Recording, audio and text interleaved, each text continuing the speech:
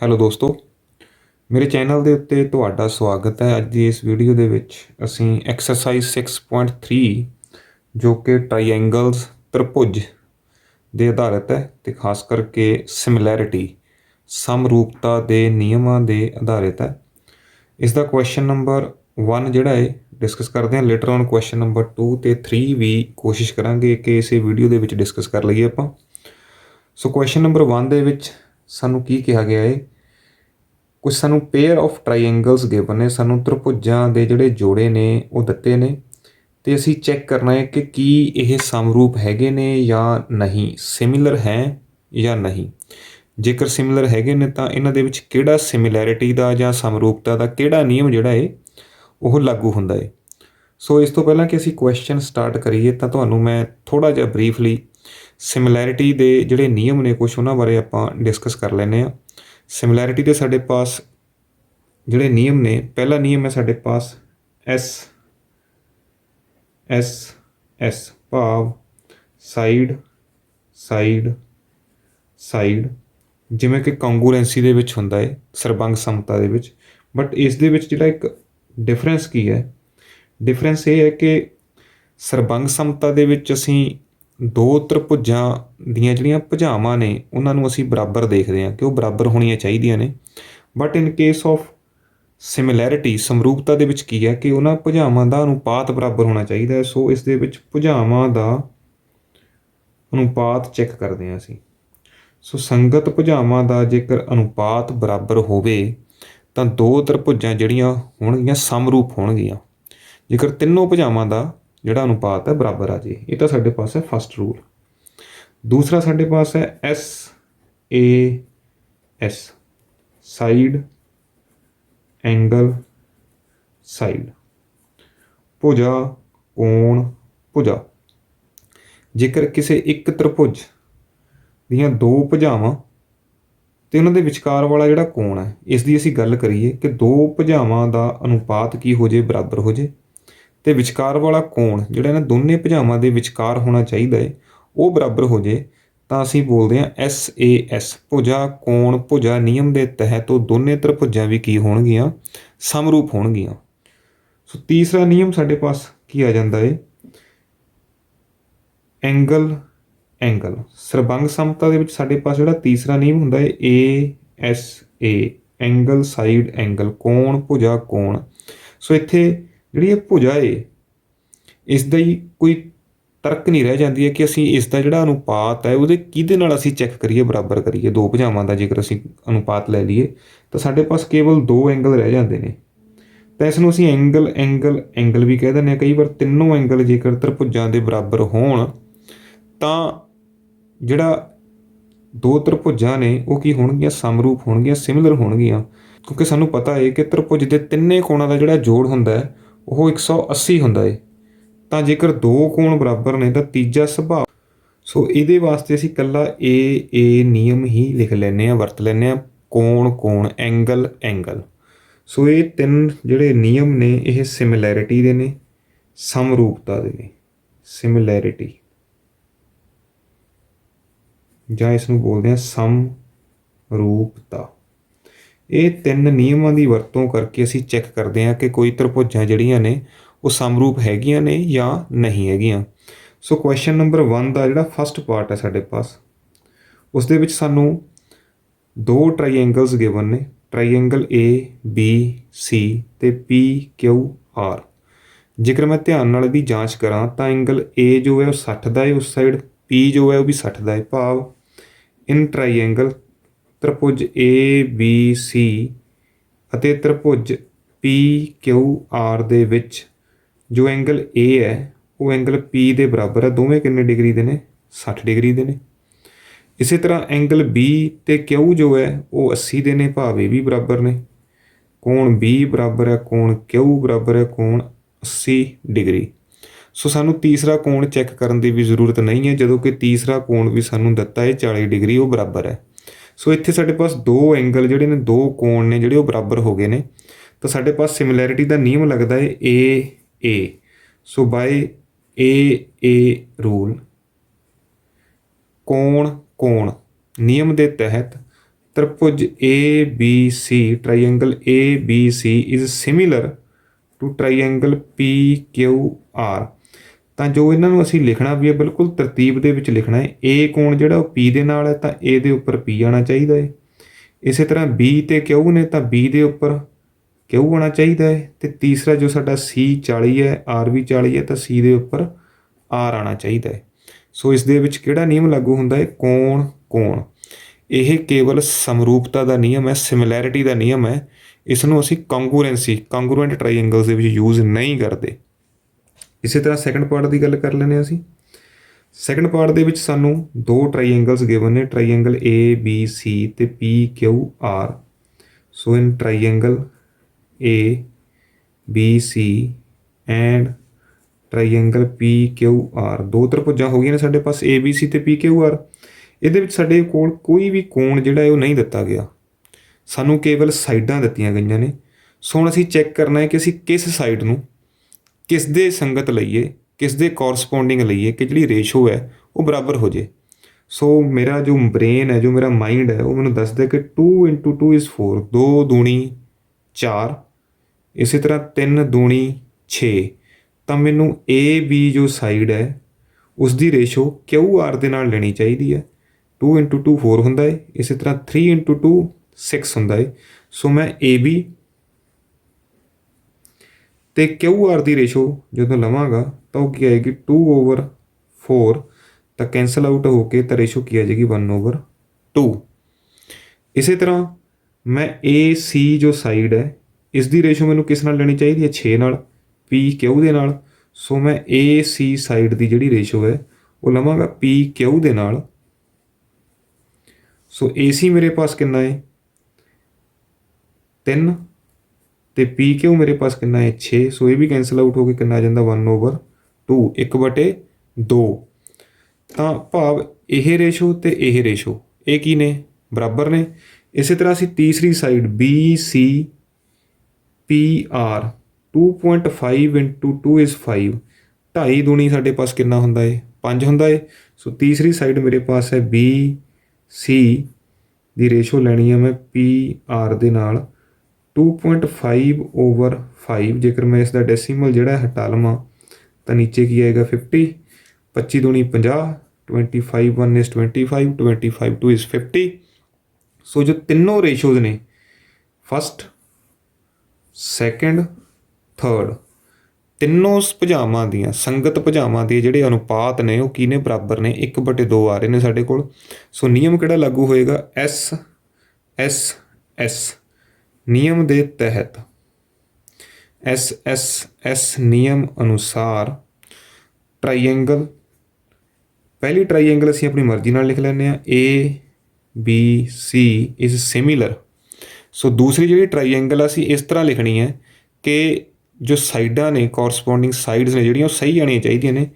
A B ਦੇ ਉੱਪਰ Q R ਆਉਣੀ ਚਾਹੀਦੀ ਹੈ। ਸੋ ਏ ਬੀ ਦੇ ਉੱਪਰ ਏ ਬੀ ਪਹਿਲੇ 2 ਪਲੇਸਿਸ 'ਤੇ ਤਾਂ ਮੈਂ ਉੱਧਰ ਕਿਊ ਆਰ ਨੂੰ ਪਹਿਲੇ 2 ਪਲੇਸਿਸ 'ਤੇ ਲਿਖਣਾ ਬਣਦਾ ਹੈ ਮੇਰਾ।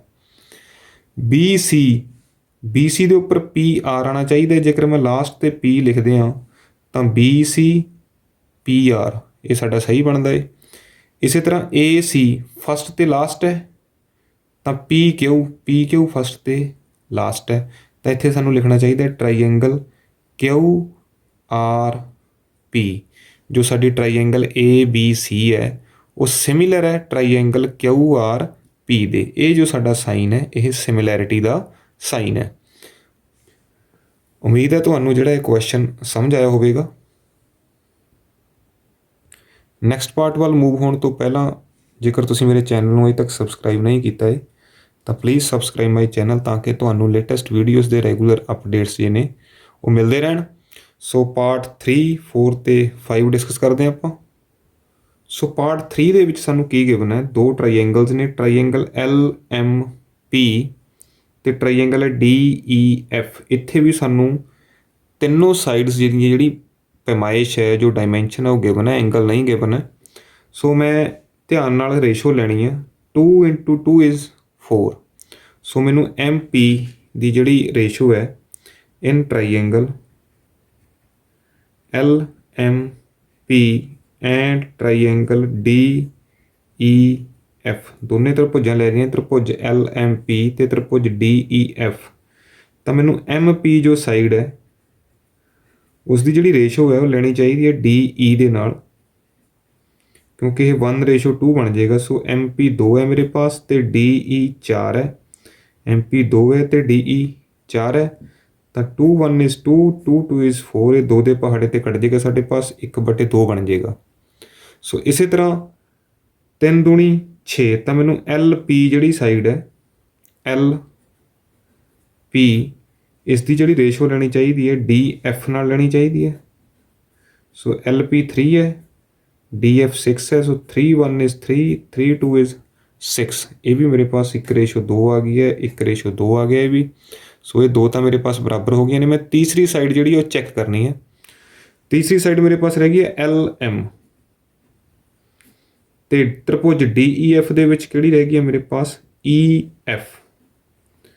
ਸੋ ਜੇ ਮੈਂ ਇੱਥੇ 2.7 ਪੁੱਟ ਕਰ ਦਿੰਦਾ ਹੈ ਅਤੇ ਇੱਥੇ 5, ਸੋ ਮੈਂ ਡੈਸੀਮਲ ਜਿਹੜਾ ਰਿਮੂਵ ਕਰ ਦਿੰਦਾ 27/50।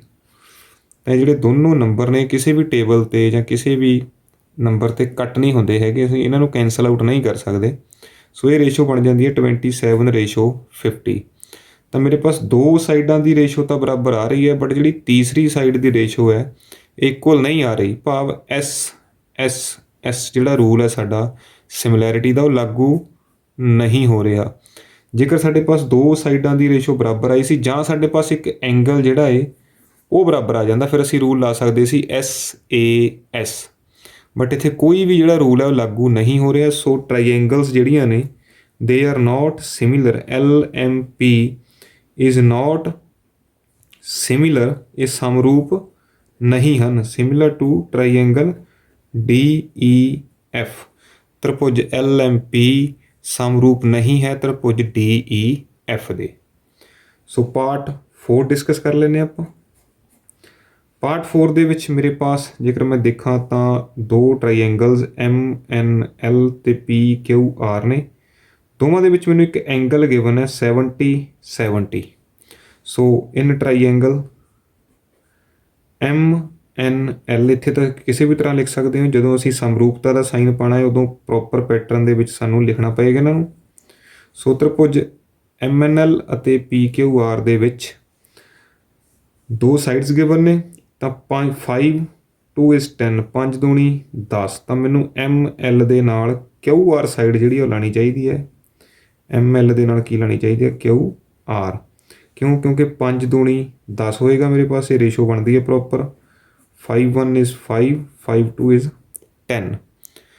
ਇਸੇ ਤਰ੍ਹਾਂ ਦੂਸਰੀ ਸਾਈਡ ਜਿਹੜੀ ਹੈ ਮੇਰੇ ਪਾਸ MNPQ, 2.5 ਦੂਣੀ 5, ਤਾਂ MN divided by PQ, MN ਸਾਡੇ ਪਾਸ 2.5 ਹੈ। ਇਹ ਰੇਸ਼ੋ ਅਸੀਂ ਪਿਛਲੇ ਕੁਐਸਚਨ ਦੇ ਵਿੱਚ ਵੀ ਫਾਈਂਡ ਕਰ ਚੁੱਕੇ ਹਾਂ। ਤਾਂ ਇਹ ਸਾਡੀ ਰੇਸ਼ੋ ਕਿੰਨੀ ਹੁੰਦੀ ਹੈ 1:2। ਤਾਂ ਹੁਣ ਅਸੀਂ ਚੈੱਕ ਕਰਨਾ ਹੈ ਕਿ ਦੋ ਸਾਈਡਾਂ ਹੋ ਗਈਆਂ ਨੇ SS, ਜਾਂ ਤਾਂ ਤੀਸਰੀ ਸਾਈਡ ਵੀ ਸਾਡੇ ਪਾਸ ਉਸ ਦੀ ਰੇਸ਼ੋ ਵੀ ਬਰਾਬਰ ਆ ਜੇ, ਜਾਂ ਸਾਡੇ ਪਾਸ ਕੋਈ ਇਹਨਾਂ ਦੋਨਾਂ ਸਾਈਡਾਂ ਦੇ ਕੰਟੇਨਡ ਕੋਈ ਐਂਗਲ ਜਿਹੜਾ ਹੈ ਉਹ ਬਰਾਬਰ ਆ ਜੇ, ਤਦ ਅਸੀਂ SAS ਅਪਲਾਈ ਕਰ ਸਕਦੇ ਹਾਂ। ਸੋ ਐਂਗਲ M ਜੋ ਹੈ ਉਹ ਐਂਗਲ Q ਦੇ ਬਰਾਬਰ ਹੈ। Angle M is equal to angle Q, both are of 70 degree, ਦੋਨੋਂ 70 ਡਿਗਰੀ ਦੇ ਨੇ। ਅਤੇ ਜਿਹੜੀ ਕੰਡੀਸ਼ਨ ਹੈ ਕਿ ਸਾਈਡ ਐਂਗਲ ਸਾਈਡ, ਜੋ ਇਹ ਐਂਗਲ ਹੋਣਾ ਚਾਹੀਦਾ ਹੈ ਉਹ ਦੋ ਸਾਈਡਾਂ ਦੇ ਵਿਚਕਾਰ ਕੰਟੇਨਡ ਹੋਣਾ ਚਾਹੀਦਾ, ਦੋ ਦੇ ਵਿਚਕਾਰ ਬਣਿਆ ਹੋਣਾ ਚਾਹੀਦਾ ਹੈ। ਇਸ ਤਰ੍ਹਾਂ ਜੇਕਰ ਅਸੀਂ ਇਹ ਦੋ ਸਾਈਡਾਂ ਲੈ ਰਹੇ ਹਾਂ ਤਾਂ ਇਹਨਾਂ ਦੋਨਾਂ ਸਾਈਡਾਂ ਦੇ ਨਾਲ ਐਂਗਲ ਬਣਨਾ ਚਾਹੀਦਾ ਹੈ।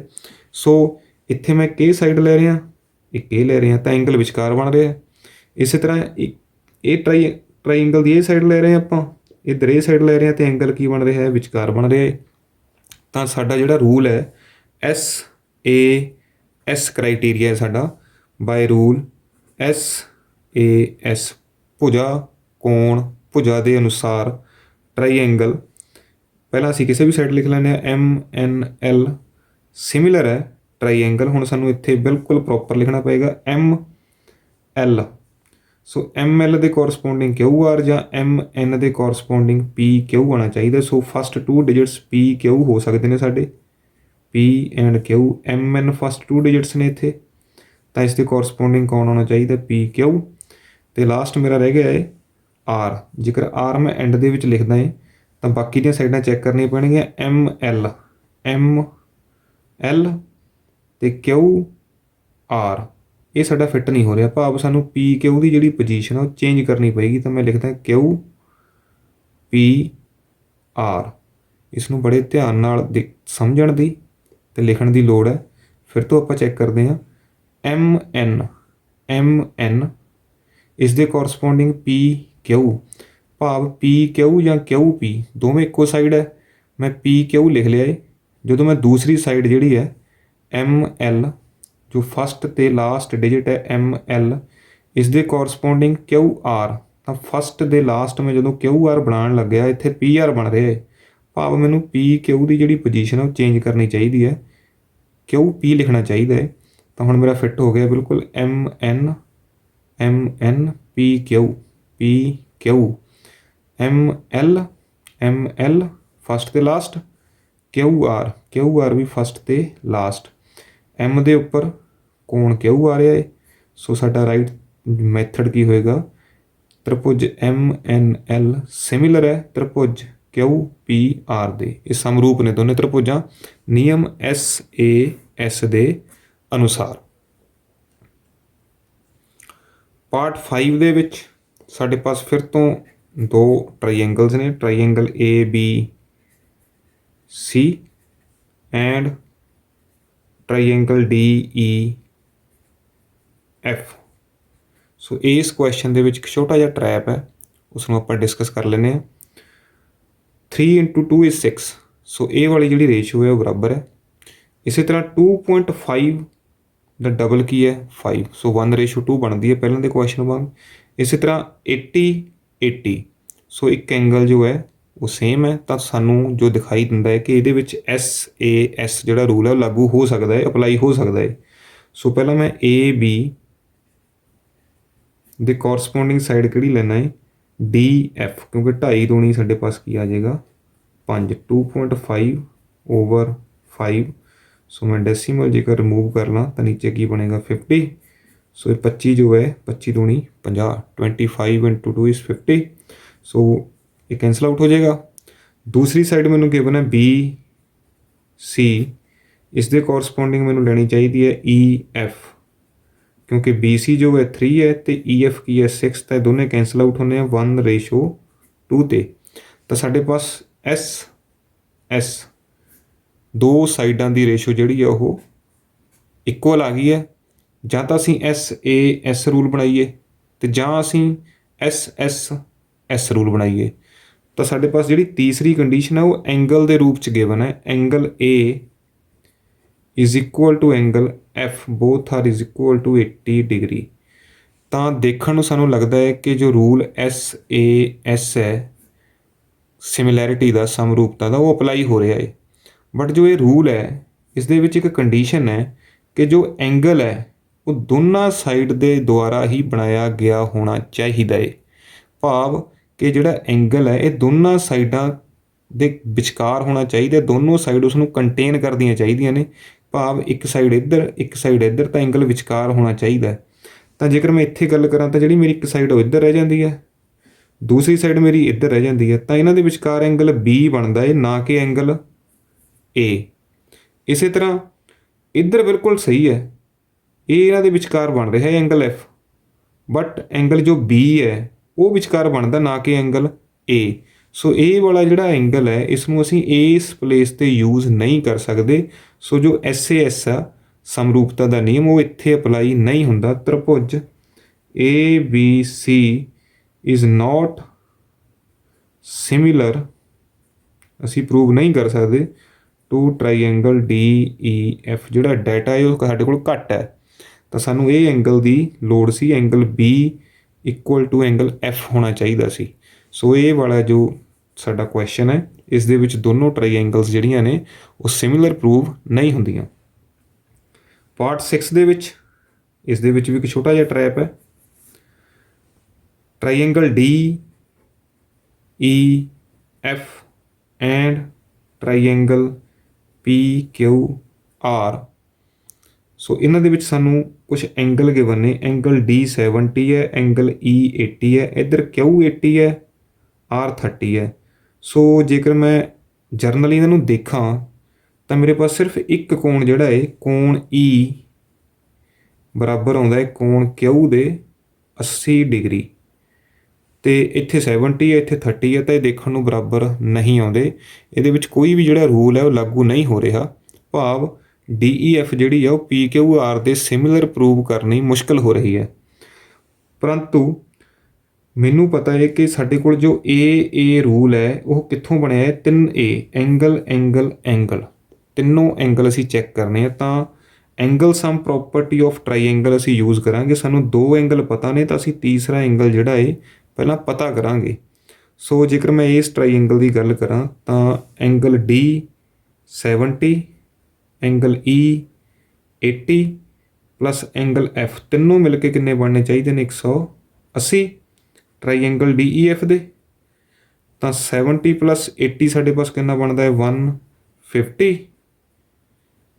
ਤਾਂ ਐਂਗਲ F ਕਿੰਨਾ ਹੋਣਾ ਚਾਹੀਦਾ ਸਾਡੇ ਪਾਸ, ਦੈਟ ਇਜ਼ 30 ਡਿਗਰੀ। ਤਦ ਹੀ ਸਾਡਾ ਜਿਹੜਾ ਸਮ ਆਫ ਐਂਗਲਸ ਹੋਏਗਾ ਉਹ 180 ਹੋਏਗਾ।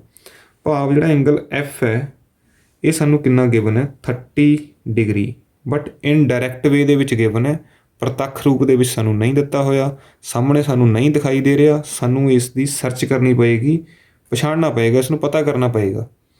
ਭਾਵ ਐਂਗਲ F ਜਿਹੜਾ ਹੈ that is equal to angle R, angle R ਵੀ ਸਾਡੇ ਪਾਸ ਕਿੰਨਾ ਹੈ 30 ਡਿਗਰੀ। ਸੋ ਸਿੱਧੇ ਰੂਪ ਦੇ ਵਿੱਚ ਸਾਨੂੰ ਇਹ ਦੋਵੇਂ ਐਂਗਲ ਬਰਾਬਰ ਨਹੀਂ ਦਿੱਤੇ ਹੋਏ, ਸਾਨੂੰ ਇਹਨਾਂ ਦੀ ਪੜਤਾਲ ਕਰਨੀ ਪਏਗੀ, ਇਹਨਾਂ ਦੀ ਤਲਾਸ਼ ਕਰਨੀ ਪਏਗੀ। ਸੋ ਮੇਰੇ ਪਾਸ 2 ਐਂਗਲ ਜਿਹੜੇ ਨੇ ਉਹ ਬਰਾਬਰ ਹੋ ਗਏ ਨੇ, ਤਾਂ ਮੈਂ ਰੂਲ ਅਪਲਾਈ ਕਰ ਸਕਦਾ AA ਕੋਣ ਕੋਣ ਨਿਯਮ ਅਨੁਸਾਰ, as per rule AA rule triangle DEF is similar to triangle E ਦੇ ਉੱਪਰ ਸਾਡੇ ਪਾਸ Q ਆਉਣਾ ਚਾਹੀਦਾ, ਭਾਵ ਦੂਸਰੀ ਪਲੇਸ Q ਦੀ ਹੋਏਗੀ। F ਦੇ ਉੱਪਰ R ਆਉਣਾ ਚਾਹੀਦਾ, ਤਾਂ ਤੀਸਰੀ ਪਲੇਸ R ਦੀ ਹੋਏਗੀ, ਅਤੇ ਪਹਿਲੀ ਪਲੇਸ ਕਿਹਦੀ ਹੋਏਗੀ P ਦੀ। So triangle DEF is similar to triangle PQR। So ਇਹਦੇ ਵਿੱਚ ਰੂਲ ਕਿਹੜਾ ਲਾਗੂ ਹੋਏਗਾ, ਐਂਗਲ ਐਂਗਲ ਰੂਲ। ਉਮੀਦ ਹੈ ਜਿਹੜਾ ਕੁਐਸਚਨ ਨੰਬਰ 1 ਹੈ ਤੁਹਾਨੂੰ ਸਮਝ ਆਇਆ ਹੋਵੇਗਾ। ਜੇਕਰ ਵੀਡੀਓ ਅੱਛੀ ਲੱਗੇ ਤਾਂ ਪਲੀਜ਼ ਵੀਡੀਓ ਨੂੰ ਲਾਈਕ ਅਤੇ ਸ਼ੇਅਰ ਜ਼ਰੂਰ ਕਰੋ। ਜੇਕਰ ਤੁਹਾਡੀ ਕੋਈ ਵੀ ਕੁਐਰੀ ਹੈ ਇਸ ਟੌਪਿਕ ਦੇ ਰਿਗਾਰਡਿੰਗ, ਜਾਂ ਤੁਹਾਡੀ ਕੋਈ ਵੀ ਡਾਊਟ ਹੈ, ਤਾਂ ਪਲੀਜ਼ ਕੌਮੈਂਟ ਸੈਕਸ਼ਨ ਦੇ ਵਿੱਚ ਜਾ ਕੇ ਜ਼ਰੂਰ ਸ਼ੇਅਰ ਕਰੋ, ਡਿਸਕਸ ਕਰੋ। ਅਸੀਂ ਕੋਸ਼ਿਸ਼ ਕਰਾਂਗੇ ਤੁਹਾਡੀ ਕੁਐਰੀ ਅਤੇ ਤੁਹਾਡੀ ਡਾਊਟ ਦੇ ਰਿਗਾਰਡਿੰਗ ਰਿਵਰਟ ਕਰਨ ਦੀ। ਹੋਰ ਵੀ ਵਧੇਰੇ ਵੀਡੀਓਜ਼ ਦੇ ਲਈ ਮੇਰੇ ਚੈਨਲ ਨੂੰ ਸਬਸਕ੍ਰਾਈਬ ਕਰੋ। ਚੈਨਲ 'ਤੇ ਆਉਣ ਲਈ ਧੰਨਵਾਦ।